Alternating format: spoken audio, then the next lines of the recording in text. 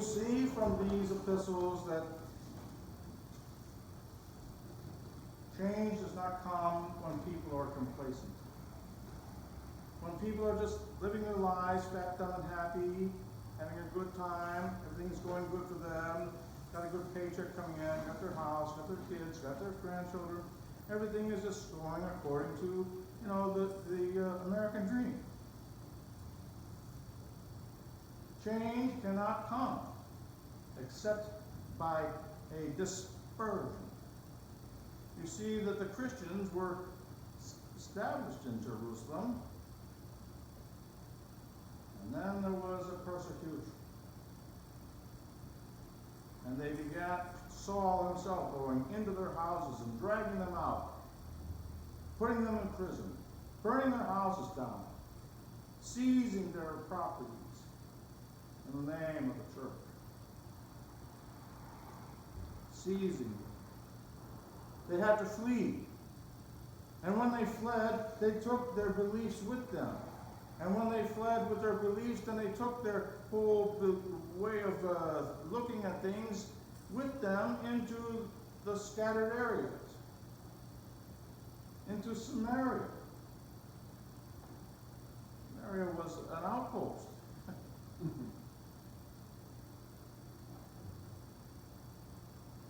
People who had never heard of Jesus are now suddenly becoming his disciples and his followers because of the turmoil, the chaos that pushed those devout people out. We see that no change on earth can happen when people are just complacent.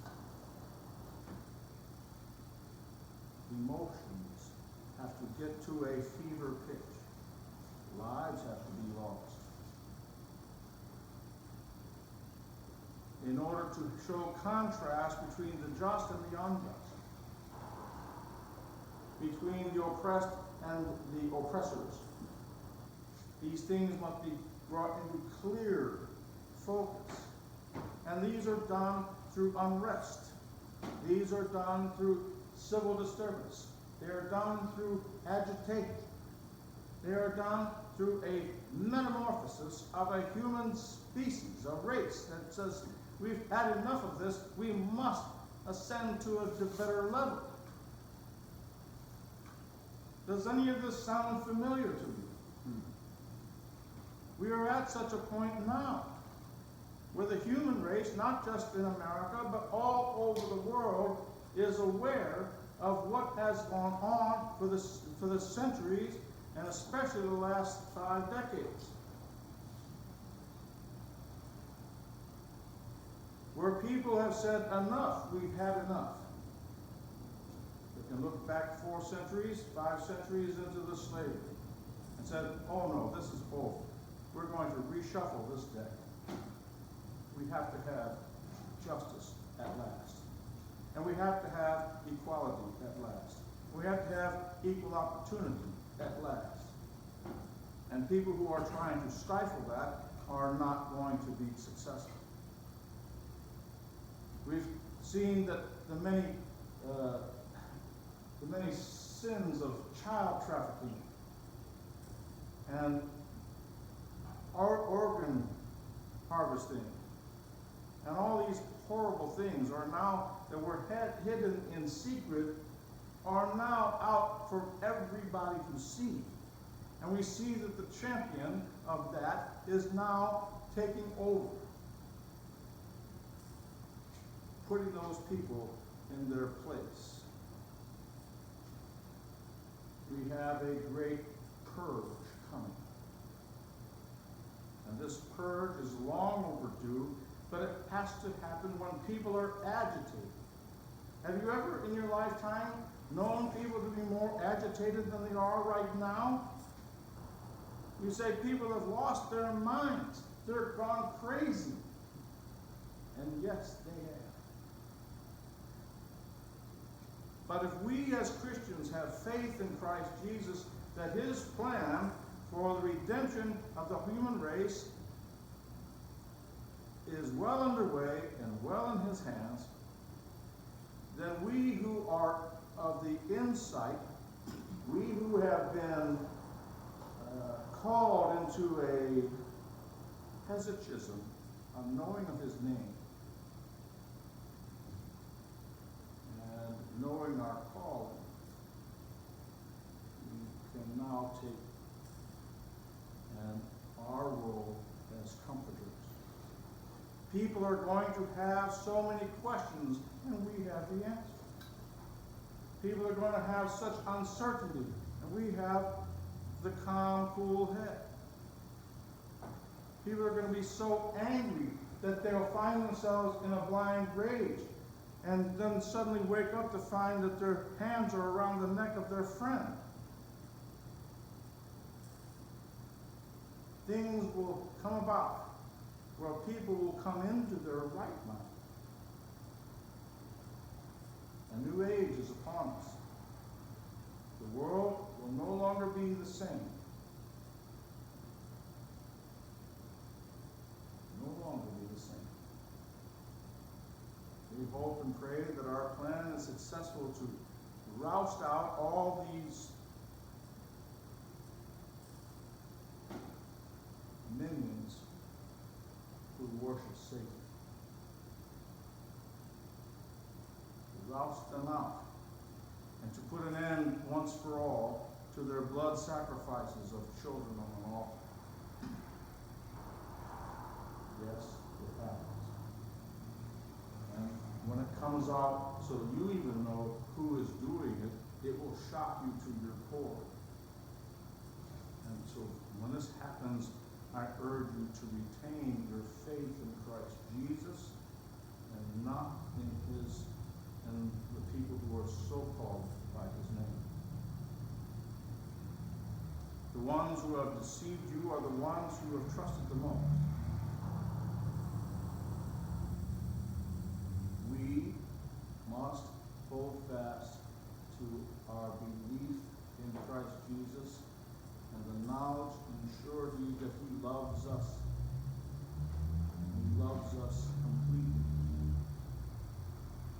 And that his answer to chaos is faith in him. If we have faith in him, then we see that all things else are ordered in accordance with that faith. Without it, we're just swept away in the raging torrent that's around us. Believe me, there are eye-opening things happening. And starting probably Wednesday, you will see and hear things and become aware of things that you have never even suspected is going on. Those of us who know and have known for a long time can't sleep at night. Keeps us awake. For worry for those victims and the ones oppressed and the ones who are just trying to earn a good living and do the thing, but they are somehow captured. Minds are captured. Coercion. Mind control. Conditioning. We can break through all of this in the same manner that those Christians left their burning houses and went into the far reaches of the world at that time. We too can come out from our burning houses, our countries on fire, people with agitated minds at their hands on their necks. We are the voices of reason and faith. We are the voices of healing and miracles. We are the voices of, if it gets too bad, come here. We've got you. We're not upset. We're not off balance. We're pointed true north. We have our faith intact. We know exactly where it came from and where it's going. And we know that we're in it. And we've been called to be in it at this very moment in time. This calling is sure, and our response to it must be one of reason and faith. Because people who are seeking answers are going to need those answers, or they're going to go crazy. And we have the answer. And when it happens that we find out that a whole new church is born out of the remnant of the old, you'll see that the one that's sold out will go into the dustbin of history, as did the Roman Empire. But this one shall persevere and shall emerge, and the people will be amazed at the many miracles that they see and hear. The miracles of healing, of insight, knowledge, of people being in one way of life and suddenly find themselves in a different way of life. Find themselves going through a war of ideas, and now we may think it's going to be a war of blood, but only for a short time.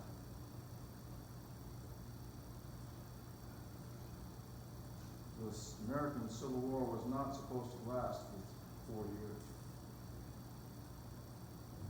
People who went out to Shiloh, all the women and kids went out with them with the picnic baskets. And this war will be over by the afternoon. Little did they know that a complete bloodbath ensued, and they couldn't believe their eyes. People are serious about this.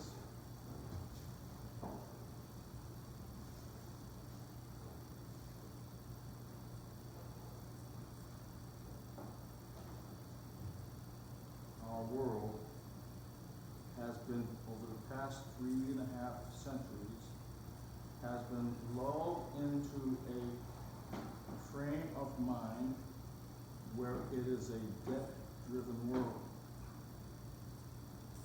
Everybody's concerned with their credit history so they can go out and get more debt. Everything is a debt. So that not only that, but the war debt that was from World War I is paid for by the income tax. In other words, each person in America is paying off the war debt plus interest with their future livelihood. In other words, slavery was never abolished. It was only changed in form. And this expanded to the entire world. Every country, every human being on earth is in debt.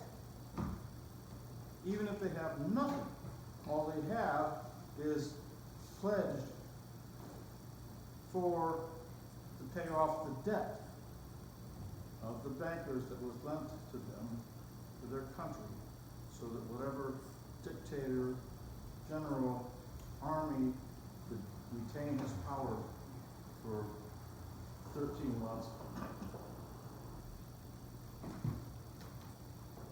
that debt carries over until the next one goes and borrows more money in order to keep the cycle going, not knowing that the bankers who are loaning him the money at great interest are also loaning and financing the one who's going to come and defeat him, so that they make money on both ends. So this system of being servants to people we don't even know, being in debt all our life, from the moment that we are conceived until the moment when we're put in the ground, we are in debt. And every human being on the face of the earth is in this situation. So much so that you can't conceive of the idea of ever being out of this system of being in debt. It is a debt-driven planet. But this is what we are changing. And this is why they are fighting us so hard. Those people who are financing both sides of World War I, World War II, the Cold War, the Israeli war, all the war, Vietnam, they're financing all sides of the war, every war, and they're making so much money. They do not want to give up that cash machine. They do not want to give it up, but it's being taken from them. Nothing of change can happen without some chaos, some unrest. Nothing good can happen without some forcing people to open their eyes and look. This is the war that is upon us at this very moment. In fact, it's sort of much game over already. The outcome is already decided. You win.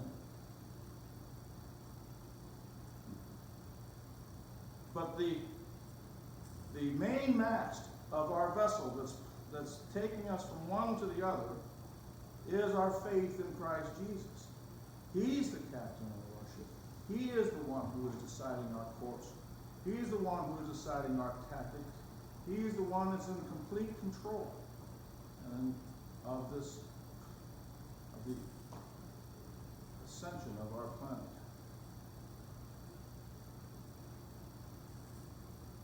If you go back to how this world was created, God created this planet in order for us to have dominion over it, to decide our own fate and our own destiny. But Satan has entered into this planet, and as we know that his minions are abounding around this world, so that he declares himself the king of this world. But he has been defeated. His fate is sure. And this is his last stand.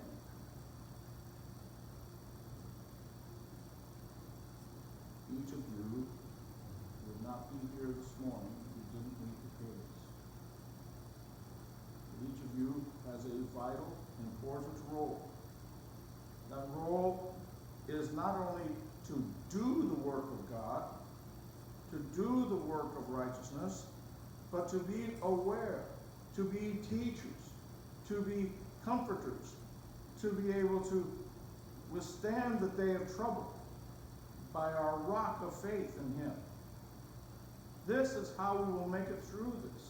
And you who are ministers of this word will go out into this world and keep people from completely losing their minds.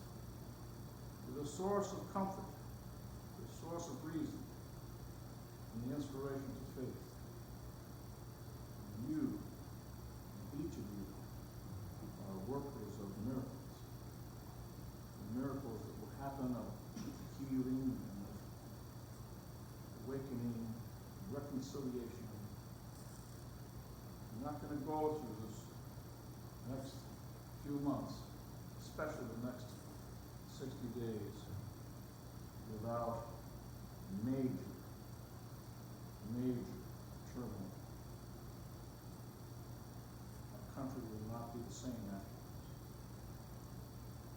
I know that we'll be better because indeed we've already won. To pull up these insects off of flypaper is not so easy when they're heavily armed. And they bite. And you want to say, you pull them up off of the flypaper. But that's what we're doing. Our enemy is entrenched and sticky. But we know very well that the corrupt church shall no longer reign. But the new covenant which is in his blood, I will be your God, and you will be my people, has great meaning. I will put these words at the back of your eyeballs so that you will know them in your hearts. They're within you. And if every institution of religion has to fall by the wayside, so be it, but I'm not going to. We are the remnant of the intact teaching. We are the remnant of the truth, the voice of Christ, who calls out, "Who do you say I am?"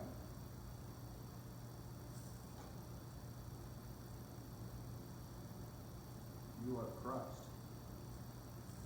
And to you this has been revealed. So this is our role. This confession of faith that you make. Who do you say he is? This is the confession that leads you to the future of a whole new world liberated from debt. Debt is a symbol of the control. Because if you control the currency, you control the government. And if you control the government, you control the armies. If you control the armies, you control the food supply. If you control the food supply, you control the weather.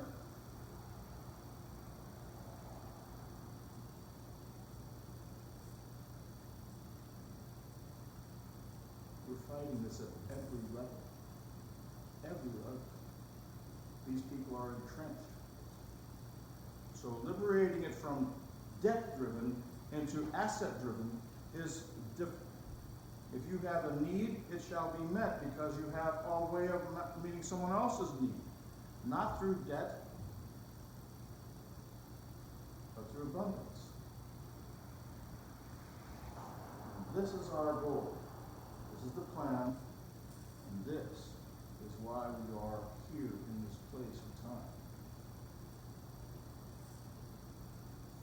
More of this, and the facts will come out, and you'll be made so aware that you'll say, how could I have been so stupid to not know this all along? Well, because they put a cloud over your mind so that you could not possibly know. They control the media, they control the church, they control everything about it. And they make it so that people are lulled into a hypnosis in front of their TV sets and believe whatever they tell you. No more. So with that, I will leave you, I hope, inspired to continue in faith and to not be panic-stricken yourselves when you see things starting to crumble around you. People going crazy.